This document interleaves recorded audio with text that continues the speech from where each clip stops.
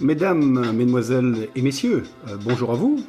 Ici Steve de Sport Diet Co pour ce deuxième podcast concernant donc la femme enceinte, donc le prénatal, en ce qui concerne donc la préparation à bébé, à l'arrivée de bébé et l'activité sport pendant la grossesse, mais aussi après la grossesse.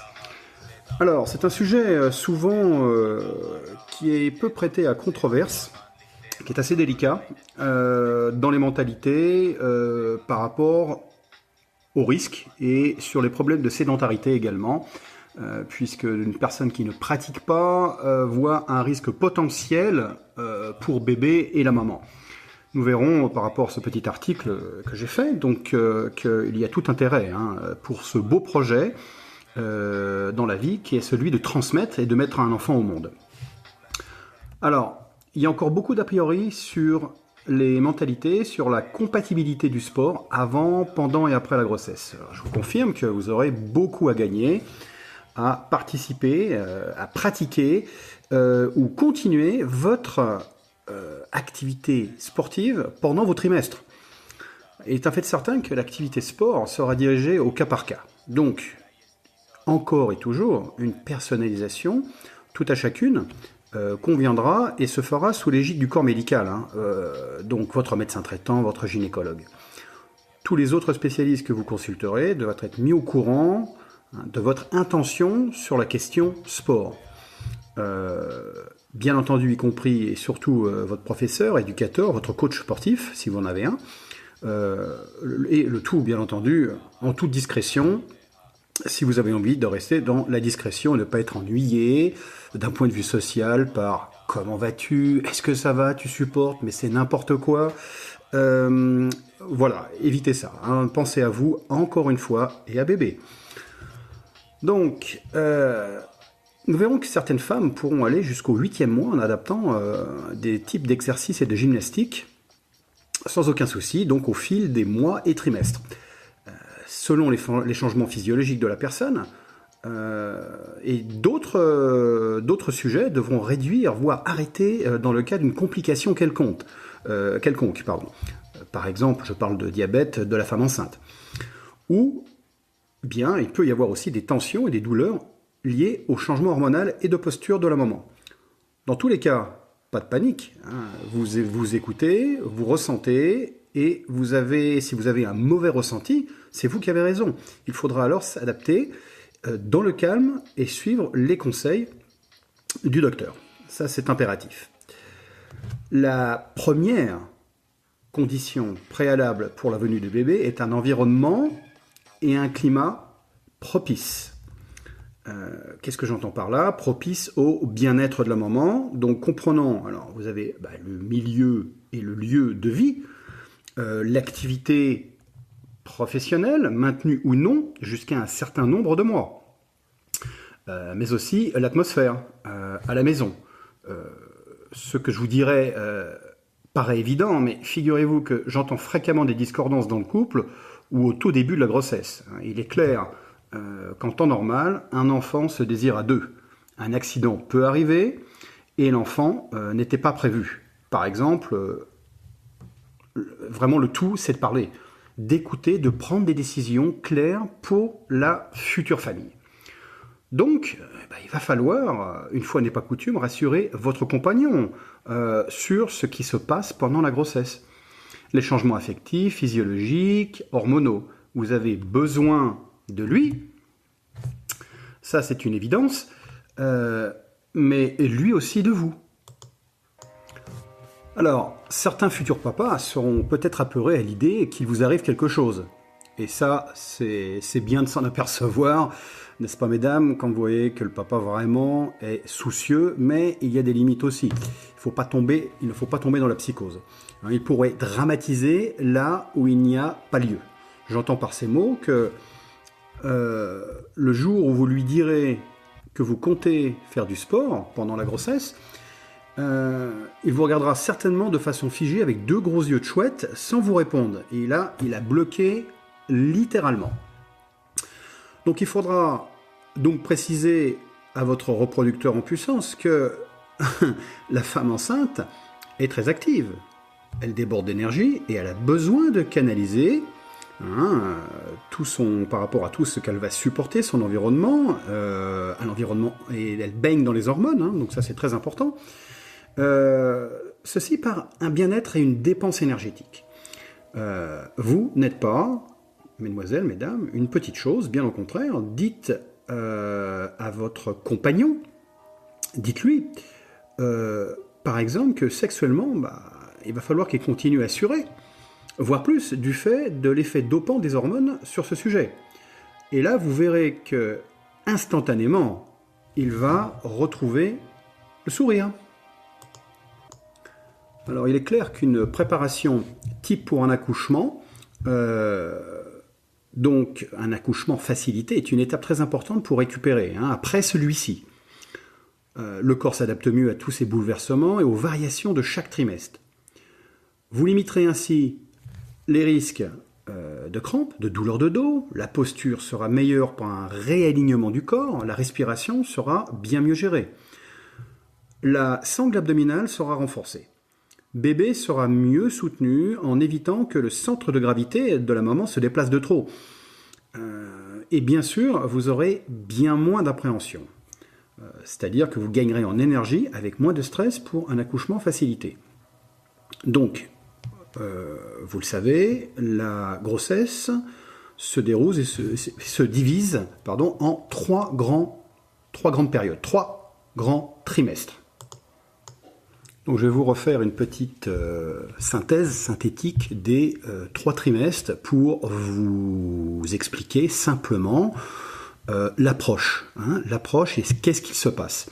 Ça, c'est important. Alors, mesdames, mesdemoiselles, donc nous parlons du premier trimestre qui correspond aux semaines de 1 à 14, de la première à la 14e semaine.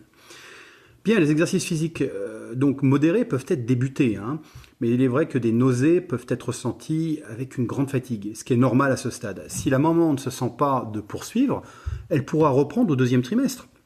C'est une période très sensible où le risque d'une fausse couche peut se produire, c'est vrai. Mais le sport n'en sera pas la cause, si les exercices sont modérés et sans choc. J'insiste sur les chocs. D'un point de vue physiologique, le fœtus a une température supérieure à peu près à 1,5 à 0,5 degrés du fait de son métabolisme. Les fameuses bouffées de chaleur seront ressenties par le changement hormonal et une hausse de l'irrigation sanguine de la peau. Donc cela va induire une transpiration chez vous plus importante pour certaines. C'est pourquoi l'hydratation, encore l'hydratation, et ça vous m'entendrez souvent parler de l'apport hydrique, ça c'est très très très très important, ça et le sommeil, devra être plus grande tout le long de la journée, mais aussi pendant la séance. Il faudra aller aux toilettes dès que vous pourrez, car en ce qui concerne la diurèse, la miction, celle-ci augmente par la sollicitation du système urinaire le premier trimestre. Il se stabilise au 2e et s'accentue au 3e trimestre. Votre utérus va s'appuyer de plus en plus sur la vessie. C'est pour cela qu'effectivement, il y a pression dessus et augmentation de cette diurèse. Vous pourrez vous faire donc une idée plus précise, par exemple, par rapport au fait que celui-ci, donc le fœtus, s'agrandit au fil des semaines pour s'adapter à bébé. L'idée, c'est que, et la représentation schématique, elle représente la taille d'un beau citron d'environ 50 grammes, à peu près, en gros, 4 cm de large et environ 8 cm de haut. Donc ça, c'est votre utérus au départ. Et il va ressembler, à terme, à une belle noix de coco d'au moins 1,5 kg, pouvant atteindre environ 30 cm de haut. Eh oui. On en arrive au 2e trimestre qui correspond à, c'est même pas à peu près, je vais dire à peu près, c'est de la 15e à la 27e semaine. Donc la maman peut encore avoir des nausées et de la fatigue avec des malaises de type syncope. Donc une hormone appelée, vous avez dû entendre parler certainement, ou votre médecin vous en a parlé, ou vos amis autour de vous, de la relaxine qui est fortement présente et qui permet donc à la maman d'assouplir les tissus fibreux et les ligaments. Ainsi, et de ce fait, la silhouette change avec un déplacement du centre de gravité. Votre ventre commence à partir vers l'avant. Une autre hormone bien connue, qui est la progestérone, qui est produite à 90% par le placenta. Celle-ci assouplit les tissus musculaires et elle peut provoquer des troubles du système digestif. Donc qu'est-ce que ça va donner comme résultante? Des nausées, indigestion, brûlure d'estomac, voire même constipation. Et elle peut freiner la contraction des parois du système digestif. Alors, il faudra faire aussi attention également aux personnes sensibles aux hémorroïdes et aux varices. Parce que ça, le poids du bébé appuie sur l'innervation sanguine du bassin. Donc, ça va aussi donner un problème de gonflement au niveau des pieds et des chevilles. D'où la pratique d'exercice qui augmente la vascularisation, le retour veineux. Et donc aussi les stations mobiles debout, les trop longues stations debout, il va falloir éviter. Le volume sanguin, il augmente aussi. Votre placenta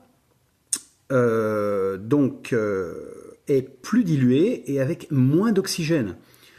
C'est-à-dire que l'hémoglobine est en baisse et se traduit par des essoufflements et de la fatigue à l'effort ou un manque de fer. Donc là, on va parler d'anémie. Donc il faudra faire attention.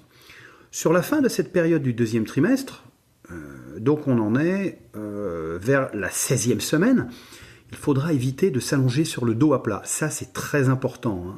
Écoutez-moi bien, quand vous approchez, on va dire, allez, à partir de la 14e, 16e semaine, et 17e et plus, donc vous ne vous allongez plus. Si vous devez vous allonger sur le sol, il faudra rehausser un petit peu. Il faut éviter de s'allonger à plat, dos à plat. Plutôt sur un plan, il faut relever de 25 degrés à peu près. Donc par exemple, vous prenez un step, vous relevez un côté du step, admettons, pour vous mettre dessus. Car l'utérus, votre utérus, il commence sérieusement à comprimer la veine cave du cœur, puisque l'utérus remonte aussi, il grossit vers le bas et vers le haut et vers le haut, donc au niveau de la veine cave inférieure du cœur. Donc ce qui va induire un mauvais retour veineux avec une diminution du débit cardiaque. Excusez-moi. C'est-à-dire que les risques de vertige sont grands, voire même d'évanouissement. Donc quand vous relevez, vous déchargez cette pression sur la veine cave. Si vous êtes allongé à plat, alors là vous prenez des risques. Il faut faire attention, il faut le savoir. Il peut très bien ne rien se passer, mais on ne va pas tenter le diable. Donc l'apport du sang au fœtus peut être perturbé. Ça c'est important. Bien, nous arrivons au 3e trimestre. Alors cela correspond à la semaine 28 et vers environ la semaine 42 au maximum. Donc la maman pourra se sentir beaucoup plus fatiguée sur la fin du 3e trimestre avec des douleurs, des courbatures globales et une hypersensibilité avec perte de concentration. Ça c'est très très très fréquent. Le poids de l'enfant et de la maman croît rapidement de semaine en semaine et continue à influencer le centre de gravité. Donc, vous allez avoir des essoufflements qui seront plus fréquents. Votre diaphragme, muscle principal de la respiration, va s'appuyer beaucoup plus sur la cage thoracique. Et vers la fin du trimestre, donc du 3e trimestre, bébé descend vers le bassin. Et les contraintes se situeront plus sur la vessie. Donc on peut dire que la femme enceinte a souvent l'impression de se sentir plus souple. Vous vous rappelez l'hormone que je vous ai parlé, l'élastine. La relaxine. Il faudra alors vraiment très vigilant, car les conséquences sont lourdes. Après la naissance de bébé, cette hormone, la relaxine, facilite l'écartement de la surface des articulations. Donc pour préparer à l'arrivée de bébé, c'est tout à fait naturel. Mais elle permet aussi de gagner de la place à l'intérieur du bassin. Et donc, au niveau de la souplesse des articulations de la hanche, du dos, des genoux, coudes, chevilles et des doigts. Et donc ça, c'est un avantage prévu naturellement pour la naissance. Mais attention, c'est pourquoi il va falloir ne pas sursolliciter sa propre souplesse. Si vous aimez le stretch, les étirements, c'est vraiment pas conseillé pour la protection de l'intégrité du dos, puisque vous allez aller beaucoup plus loin que ce que vous feriez naturellement c'est assez plaisant, mais le problème, c'est que ce n'est pas naturel puisque vous êtes dopé avec votre relaxine, et donc vous risquez de prendre des risques. Et du fait du relâchement aussi des muscles abdominaux et des ligaments de la colonne vertébrale, donc il faut y aller modérément. Oui, pour vous étirer, mais modérato. D'autant plus que ces effets persistent, ça faut le savoir, une fois que vous aurez accouché, jusqu'au 5e mois. Souvent, beaucoup de femmes sportives remettent, si je puis dire, l'accélérateur sur l'activité sport tout de suite derrière. Et là, donc, elles continuent le stretch, force, et elles sont encore hyper souples. Et vous pouvez avoir des distensions. Donc, il faut faire au niveau ligament et tout, faire attention. Ça, c'est important. Les exercices. Alors, l'exercice de la période prénatale avant l'accouchement.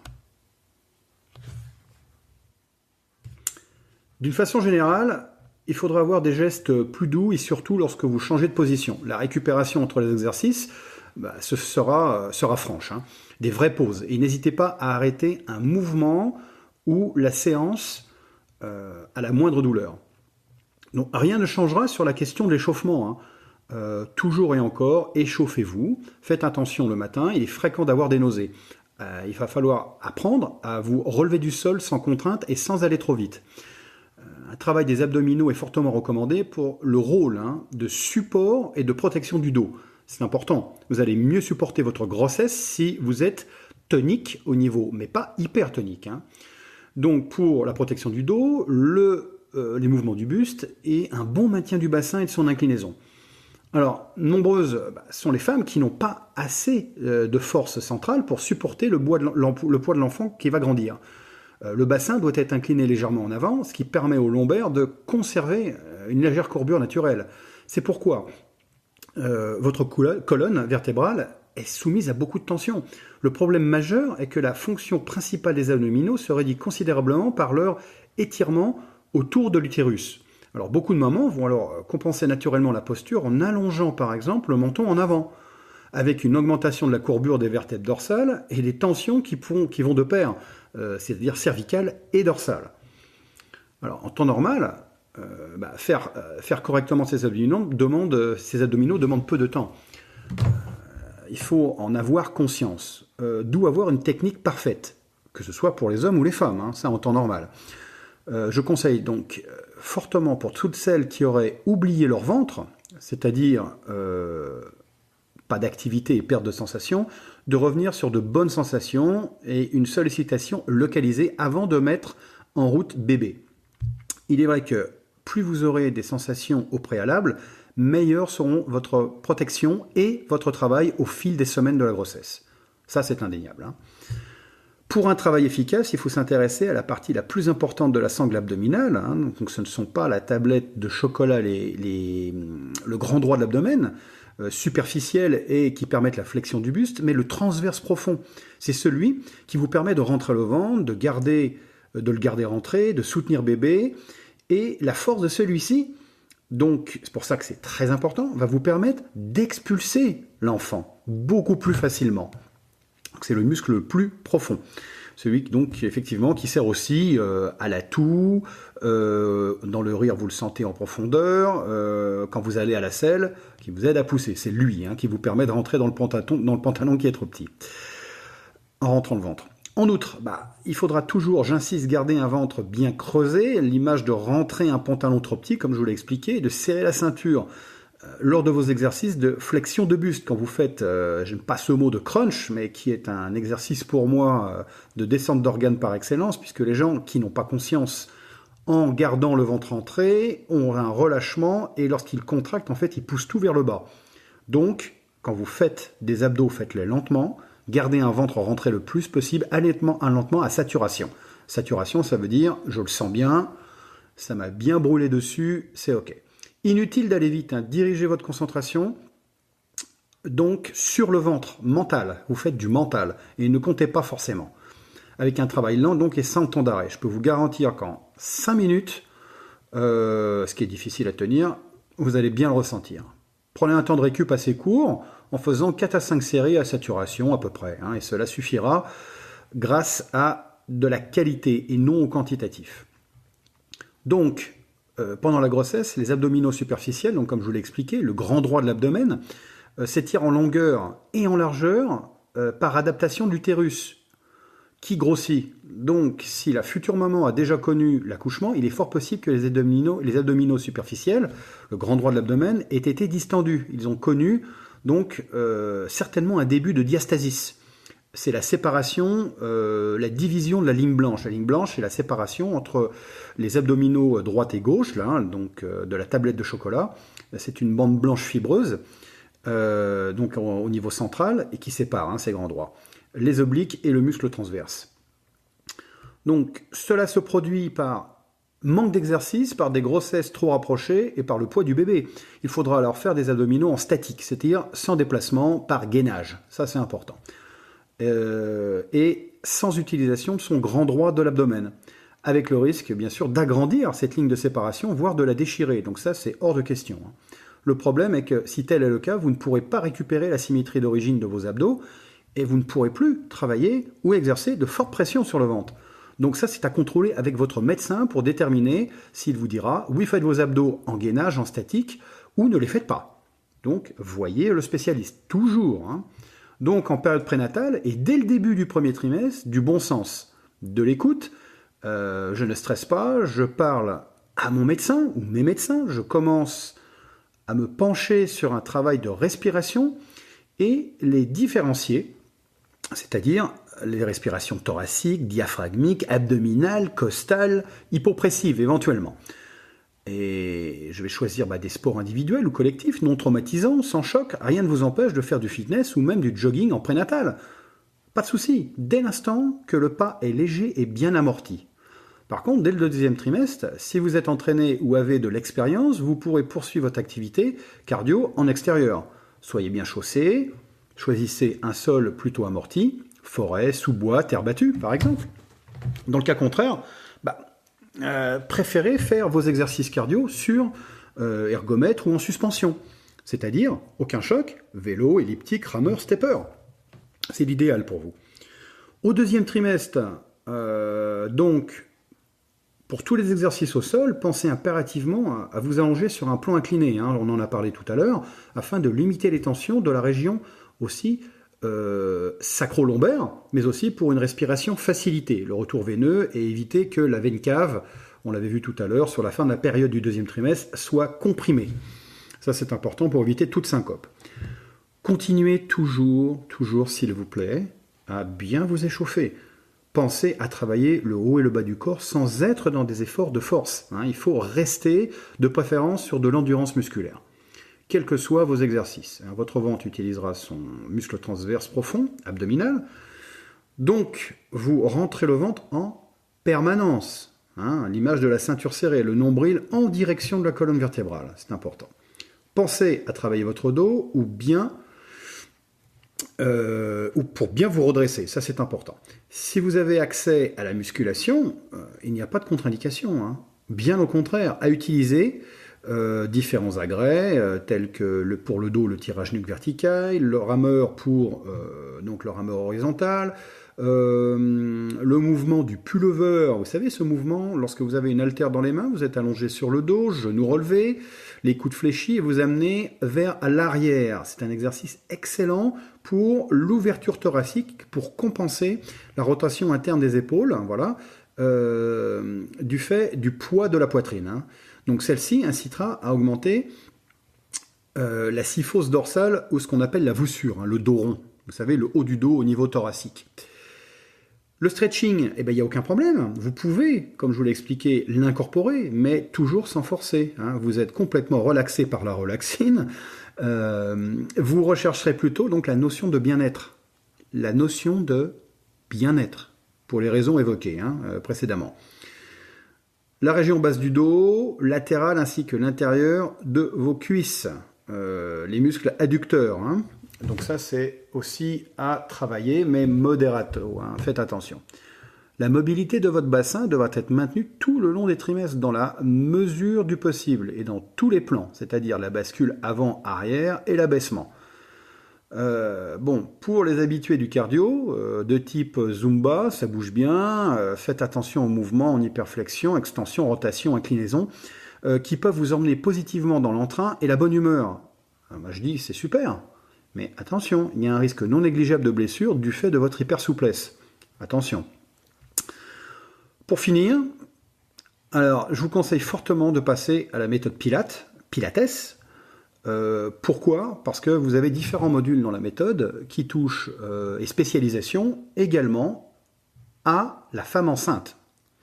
Donc c'est pour ma part, méthode formidable sur la question de l'intégrité et la sécurité, puisque vous êtes coaché en permanence, que vous soyez, en général, c'est en coaching pur et dur, ou vous êtes en groupe de 2 à 5 personnes maximum. Vous serez bien suivi en toute sécurité. Donc, assurez-vous d'être par des instructeurs dignes du nom, qui ne se sont pas improvisés, qui ont eu une formation spécifique, ça c'est important, donc des professionnels, féminins et masculins, qui ont validé, vraiment c'est une formation dédiée femmes enceintes, ça c'est important. C'est réellement un gage de qualité pour votre évolution au fil des semaines de la grossesse. Enfin, je vais vous donner quelques petites règles de sécurité en séance. Voilà, là je vous ai donné globalement les grandes lignes, là vraiment soyez attentifs à ça. Quelques petits points. Premier point, douleur à l'effort. Alors là, essayez une ou des positions moins contraignantes. On doit stopper les exercices s'il y a vomissement, nausées, gros essoufflements, des vertiges, transpiration anormale, contraction anormale après séance. Là, attention. Douleur abdominale, gonflement des pieds et des mains. Donc là, il faut stopper les exercices. Vous voyez le spécialiste, le médecin. La chaleur, le sauna, vous l'oubliez, le hammam et les pièces surchauffées. Ça, vous n'y pensez même pas.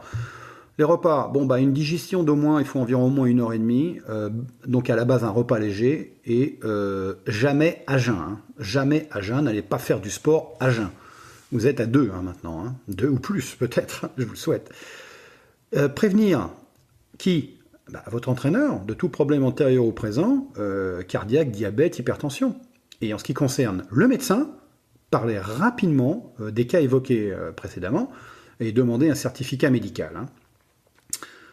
Toujours et encore ce mot, modération. Très sincèrement, si vous pouvez incorporer l'activité sport bien-être dans la période prénatale, durant la grossesse, votre récupération et retour à une santé de fer se fera vraiment dans les plus belles conditions physiques, mentales, affectives et place au bonheur. Donc ça, c'est important. Écoutez, là, je vous ai donné les grandes lignes, vraiment de ce qu'il faut faire pour être bien avant, pendant et bien récupérer après à un niveau de forme initial ou encore mieux. Donc, vous pouvez le faire. Faites-le, ça m'a fait plaisir de vous parler un petit peu effectivement de cette problématique qu'est la femme enceinte, qui n'est pas un problème en soi. N'hésitez pas, faites-vous conseiller, mesdames. Laissez-moi un avis également sur mon podcast, sur ma chaîne. Et c'était un plaisir. À très bientôt. Profitez bien, soyez heureux, prenez soin de vous. Merci.